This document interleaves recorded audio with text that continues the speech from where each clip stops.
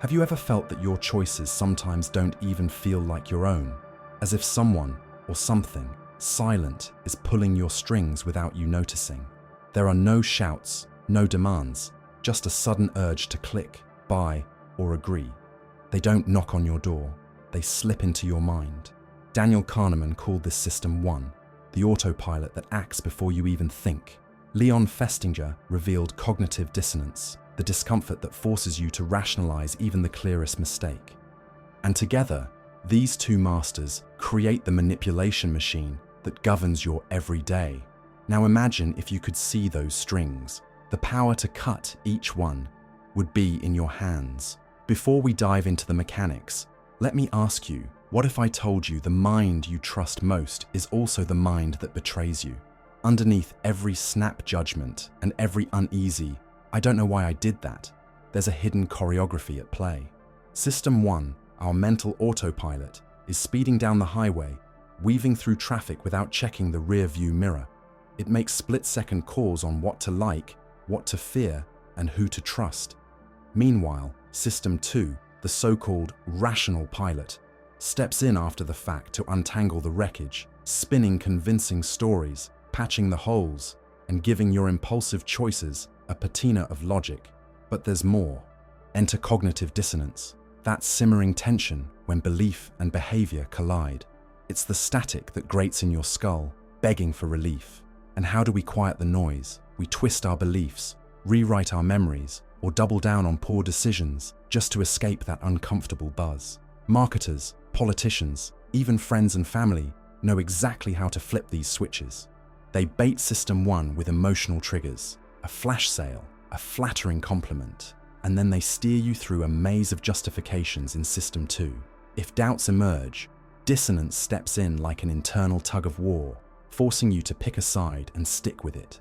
Today, we pull back the curtain on this manipulation machine. We'll trace each gear and pulley, from the lightning speed of heuristics to the grinding resistance of dissonance. And most importantly, we'll learn how to slow down the autopilot, expose the ruses, and reclaim the reins of your own mind. Are you ready to peel back the curtain?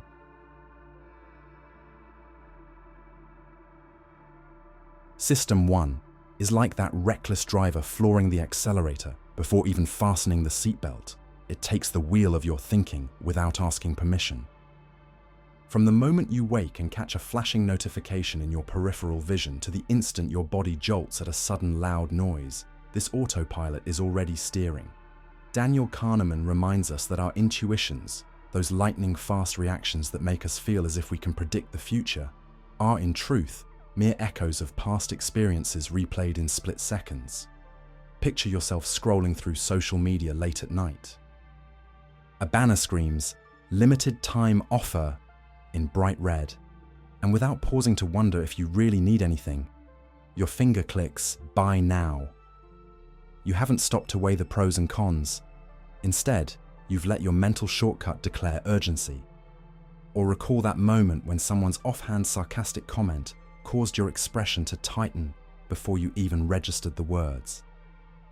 These reflexes come from shortcuts in the mind that simplify the world, but also expose you to manipulation by those who know exactly which buttons to press. Because System 1 favors ease over depth, it leaps to conclusions based on what's most available in memory. When you see a shocking headline plastered across the screen, it feels common and critical, even if statistics tell a different story. When you meet someone wearing a crisp suit, you assume competence before hearing their name. When you glimpse a high anchor price next to a discount, you judge the deal to be real. Each of these mental leaps spares you effort, but at a hidden cost, because every shortcut is a door through which influence can slip. Marketers shape emotions with sudden flashes of color. Politicians choose charged language that bypasses reason. Even well-meaning friends exploit your automatic empathy to nudge you into favors you later regret. By the time your deliberate mind stirs awake, System 2 is scrambling to spin a narrative that makes sense of what's already been done. You tell yourself you needed that product. You couldn't ignore that urgent message. You had to defend your reputation, all after the fact. Learning to spot this driver in action is the key to reclaiming control. Notice when you react without recalling why. Observe when you follow the crowd, even though it clashes with your deeper values. Pay attention to moments when your explanations sound like invented stories rather than genuine reasons. In those pauses, brief breaths between stimulus and response, System 2 can finally engage. It isn't about becoming cold or calculating. It's about choosing to decelerate the autobahn of impulse and redirect your energy where it truly matters. When you catch yourself mid-reaction and ask, "Why am I doing this?" you break the reflex loop. That instant of self-awareness hands you the wheel. And once you begin to drive with intention, you ensure that each choice reflects your authentic goals, not the invisible puppeteers pulling at your strings. System 2 is the meticulous engineer who arrives at the scene after the crash, clipboard in hand, ready to draft a plausible explanation. While System 1 floors the gas pedal and sends you hurtling into decisions, System 2 scurries behind, gathering scraps of justification to stitch into a story that feels rational. It doesn't challenge the impulse, it invents reasons to support it. Imagine you've just clicked "Buy Now" on that slick gadget during a flash sale. Moments later, System 2 wakes from its slumber and whispers, "You deserve this treat after working so hard," or "It's a limited stock, smart moves only." It combs through memories of long days at the office or skimmed reviews that sounded positive, and it highlights every detail that paints your impulsive purchase as wise. Any inconvenient fact, like that one negative review, is relegated to the dusty corner of your mind because defending your choice takes priority over truth. This engineer thrives on coherence. When your fast driver jumps to conclusions, System 2 retrofits logic into every bend and swerve. The more outrageous the initial leap, the harder System 2 works to build a fortress of rationality around it. Suddenly, you find yourself justifying why you signed up for yet another subscription, why you agreed to that social obligation, or why you defended an opinion that doesn't even align with your deeper values. All because this part of your mind is wired to avoid mental discomfort and maintain a sense of consistency. The danger is that System 2 isn't an impartial judge. Rather than questioning the impulse, it acts as a spin doctor, polishing every rough edge until the decision glows with false credibility. Clever persuaders exploit this loyalty. A marketing email will cite "experts say" and dangle social proof to feed System 2 the raw materials it needs, testimonials, statistics, endorsements, so it can hammer together a verdict of "this is a good idea." When cognitive dissonance strikes, when your thoughts, beliefs, or actions clash, System 2 leaps into action again, but this time to silence the internal alarm. It tweaks memories, magnifies supporting evidence, and sometimes even rewrites your own history. You recall only the moments that back up your choice and conveniently forget the rest. That twisted narrative feels so seamless that you forget it's a reconstruction. Recognizing the engineer's handiwork is crucial. Listen for the sudden rush of reasons that flood your mind right after an impulse. Notice when facts are ignored or when you feel compelled to defend a decision rather than question it. In that moment, pause and ask, "Am I rationalizing or am I truly examining?" By shining light on System 2's justifications, you begin to reveal the seams in the manipulation machine. Cognitive dissonance is that gnawing static inside your skull, the crackle that erupts when what you believe collides with what you do. Leon Festinger likened it to a mental interference pattern, two signals out of tune, producing discomfort that demands resolution. It's the uneasy pull you feel when you realize you smoked despite knowing the risks, or when you repeat an unkind remark and your self-image as a compassionate person feels suddenly threatened. This tension is more than mere guilt. It's a force that drives you to mend the breach between thought and action, often by distorting reality rather than confronting your misstep. When dissonance strikes, your mind launches a covert operation to restore harmony. You might twist your beliefs, convincing yourself that the health warning on the pack was exaggerated, or you might downplay the significance of your words by insisting everyone says things they don't mean. Memory becomes malleable. Inconvenient facts fade into the background while supportive details shine under a spotlight. In this repair work, truth is secondary. The priority is to silence the static so peace of mind can return. Marketers and manipulative voices know this all too well.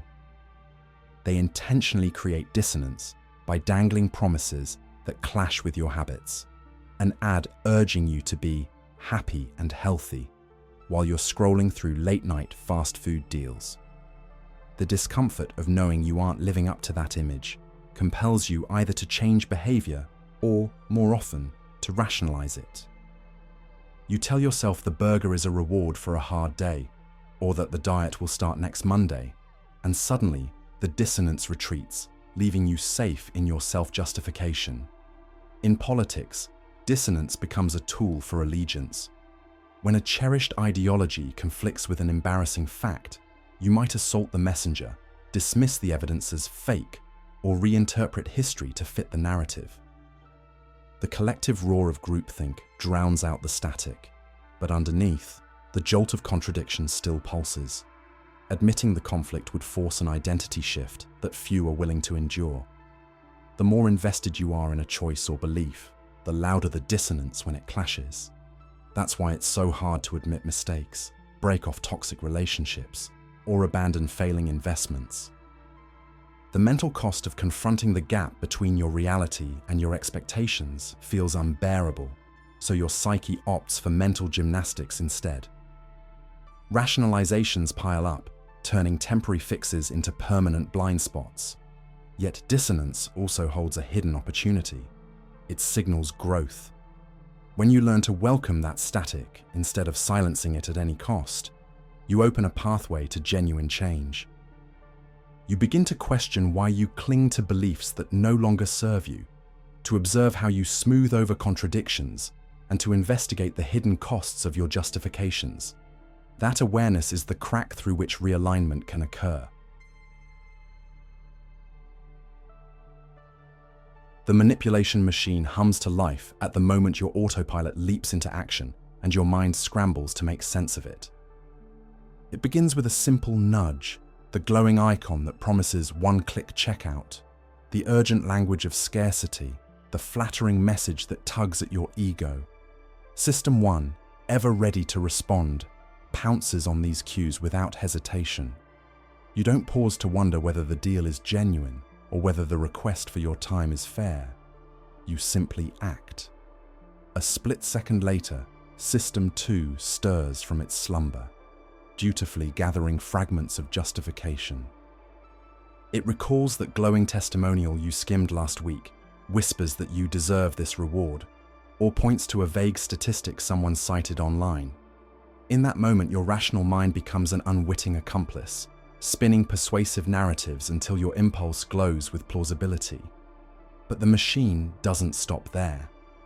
As soon as your behavior clashes with any deeper belief, I shouldn't spend so much, or I value my free time, the gears shift and cognitive dissonance kicks in. You feel a twinge of tension, a nagging discomfort that something doesn't add up. Instead of facing that uneasy buzz, you twist your inner story. You convince yourself that this time it's different, that everyone needs a break, or that missing out is worse than overspending. Each mental adjustment silences the dissonance just enough to keep you moving forward on the path the machine has laid out. In effect, the manipulation machine exploits your mind's craving for coherence and your brain's hunger for shortcuts. It engineers a sequence, trigger the fast driver, retrofit a logical tail, then refine or erase any doubts. Advertisers prime you with emotional imagery.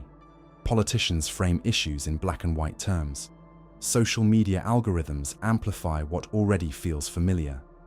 Each stage feeds on the next, chaining impulse to excuse and excuse to further impulse. Imagine a funnel in which every stage filters out resistance. At the wide mouth, heuristics sweep you in with speed and ease. As you travel deeper, rationalizations layer themselves around your choices until they appear inevitable. Finally, any flicker of second thought is drowned out by the thrum of dissonance reduction, your own mind smoothing over contradictions so you can press on without guilt. This machine operates on autopilot because you've been conditioned to trust these internal processes. You believe that if a decision feels natural and you can explain it afterward, it must be sound. Yet the very ease and coherence you prize have been carefully manufactured. Those gut instincts and seamless stories are precisely the levers manipulators tug to guide your behavior. Breaking free means seeing each gear in motion. You learn to spot the moment your finger hovers over buy, to sense the whisper of justification warming in your thoughts, to feel the buzz of dissonance rising when something contradicts your values. In that triumvirate of impulse, excuse, and unease lies the machine's heartbeat. By slowing down the sequence, by delaying response, questioning the rationale, embracing the discomfort, you can short-circuit the cycle. What feels urgent loses its grip when you ask yourself why. What seems logical crumbles under genuine scrutiny, and the static of dissonance becomes a signal rather than a nuisance. Instead of a dark assembly line working in secret, the manipulation machine becomes visible and powerless. Up next, we'll explore vivid examples of this mechanism in action, from late-night infomercials to high-stakes political campaigns, and learn concrete steps to dismantle each part of the machine. The path to mental sovereignty begins when you refuse to ride on rails you didn't choose.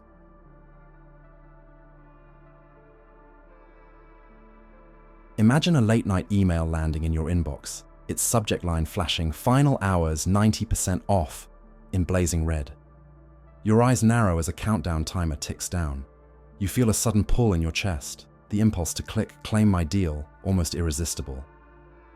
You don't pause to consider whether you actually need that gadget or recall the skepticism you felt about similar, unmissable offers in the past.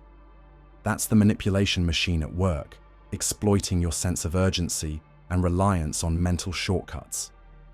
Scroll through any social media feed and you'll see another example in action. A sponsored post shows before and after photos of someone who lost weight with a miracle supplement. Beneath the images, glowing testimonials promise effortless transformation. Here, your fast driver leaps, you glimpse the shiny new you and feel a pang of desire. Moments later, your justification engineer whispers that you deserve this quick fix because you've tried everything else. If a flicker of doubt arises, what about the side effects? The dissonance jammer kicks in, urging you to suppress it. After all, admitting you were wrong would shatter the comforting narrative you've just constructed. In the political arena, the machine flexes even greater power. A candidate's speech paints a dire picture of the future if you don't vote yes. Fear floods your mind before you can weigh the real probabilities. Then the campaign's clever framing labels opposition as unpatriotic, nudging your justification engineer to align your identity with the majority. If news breaks that contradicts the campaign's claims, you may lash out at the source, accusing them of fake news rather than facing the discomfort of changing your stance. The result is an echo chamber fortified by dissonance reduction. Even in friendships and family dynamics, the same gears turn. A friend may casually remark, "You're always there when I need you," leaving you with a warm glow and a subtle obligation. Next time they call, you drop your own plans without question. Your mind justifies the sacrifice as loyalty, and any pang of resentment is swept away by the static of dissonance. I would do anything for someone who cares about me. Over time, this pattern can drain your energy and skew your sense of self-worth, all while feeling like the right thing to do. Workplace scenarios follow a familiar script. A manager praises your willingness to work late, planting a seed that you're the team player. Before long, you're responding instantly to after-hours emails, rationalizing that it demonstrates dedication. When stress mounts, the dissonance between your desire for work-life balance and your actions is silenced by telling yourself, "This is just temporary." The machine transforms your ambition into exploitation, and you scarcely notice until burnout arrives. Subscription traps provide yet another example. A trial period entices you to enter payment details for free access. Your System 1 accepts the convenience. You don't register the hidden clause that auto-renews at full price.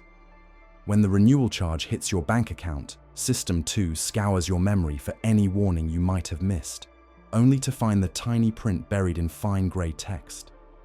You shrug it off, telling yourself you got your money's worth, and the dissonance fades, leaving you stuck in a cycle of unwanted subscriptions. These real-world snapshots reveal how the manipulation machine exploits each stage of our cognition. Flash sales prey on snap judgments, sponsored posts feed our personal narratives, political rhetoric hijacks our fears, social bonds leverage our loyalty, career pressures abuse our dedication, and subscription models capitalize on our inattention. In every case, you're guided from impulse to excuse to silent rationalization, yet awareness changes everything. The next time a countdown timer appears, take a breath before you click. When a testimonial tugs at your longing, ask yourself what deeper need it masks. If a political slogan stirs fear, challenge its premises rather than your values. When loyalty demands too much, remember that your energy is finite and precious. Recognizing these patterns is the first step to short-circuiting the machine and reclaiming sovereignty over your own mind.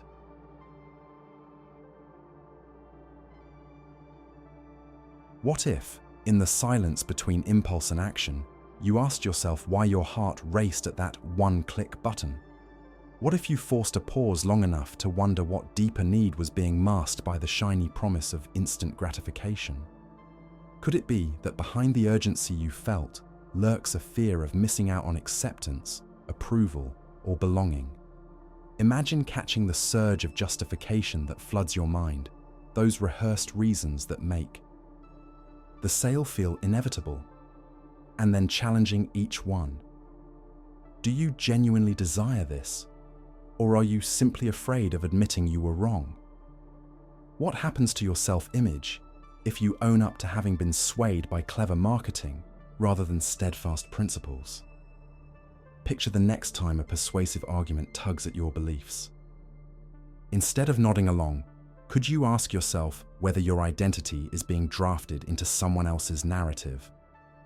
What underlying values get sidelined when the story aligns perfectly with a polished slogan? And if new facts emerge, would you be willing to rethink your stance? Or will the sting of cognitive dissonance push you to reject evidence simply to preserve consistency? Think about the moments when loyalty to a cause, a brand, or even a person demands your time and energy.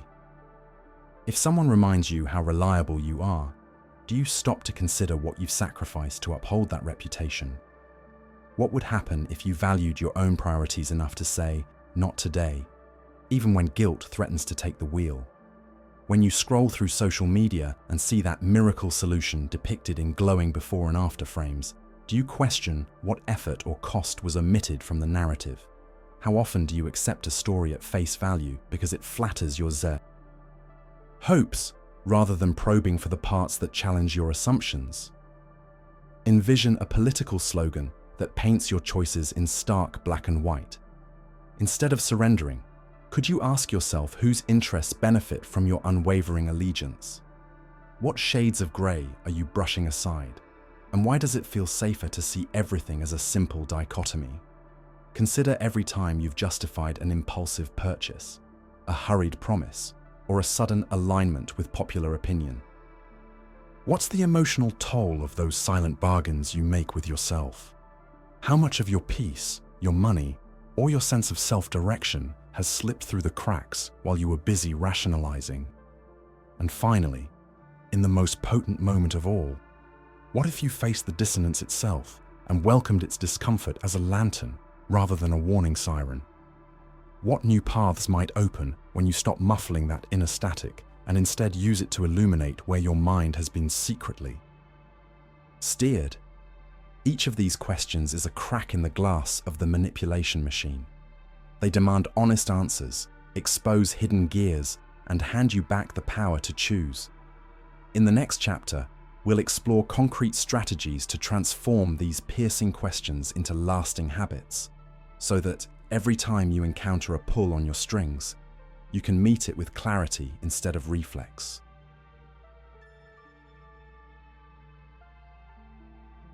Flipping the switch begins the moment you choose to interrupt the automatic loop and invite conscious choice into the equation. That first breath of awareness cracks open a space where impulse no longer holds absolute power. When you feel the familiar tug, whether it's the urge to click buy, reply to a provoking message, or lock into a tribal echo, you can name it. A simple inner statement like, "Here comes the nudge," deflates its authority and buys you a moment of freedom. In that breath, you shift the weight from System 1 to System 2. You don't have to demolish every heuristic overnight. Instead, you simply acknowledge them. You might notice how your heart races at a limited time banner and let yourself pause long enough to ask what deeper need is at play. In that pause, the justification engineer awakens not to build excuses, but to examine the impulse honestly. Your internal narrative transforms from "I must act now" into "I can choose whether to act at all." Embracing the discomfort of cognitive dissonance becomes your ally rather than your enemy.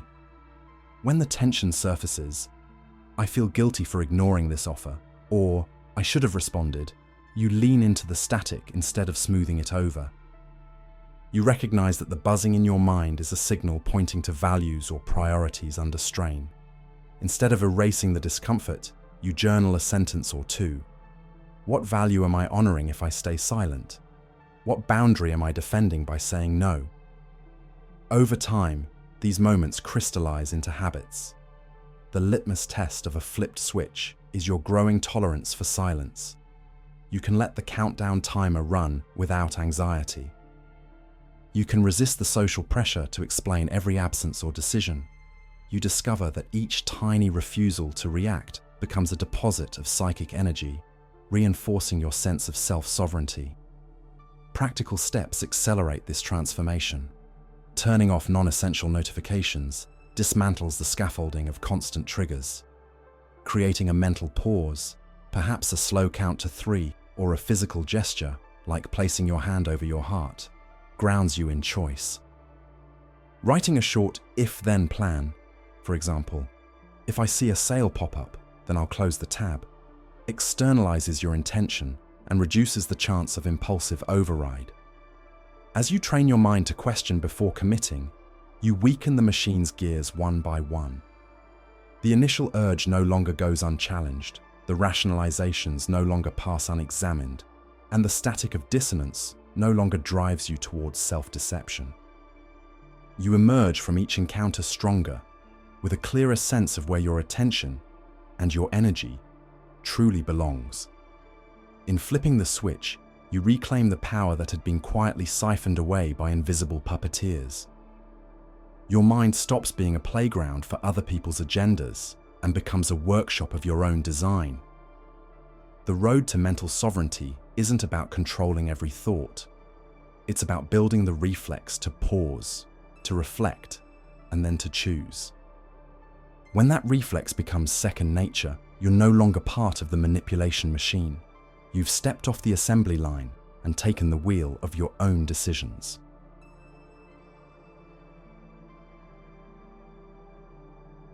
True sovereignty over your mind begins the moment you decide that your thoughts, not outside forces, will chart your course.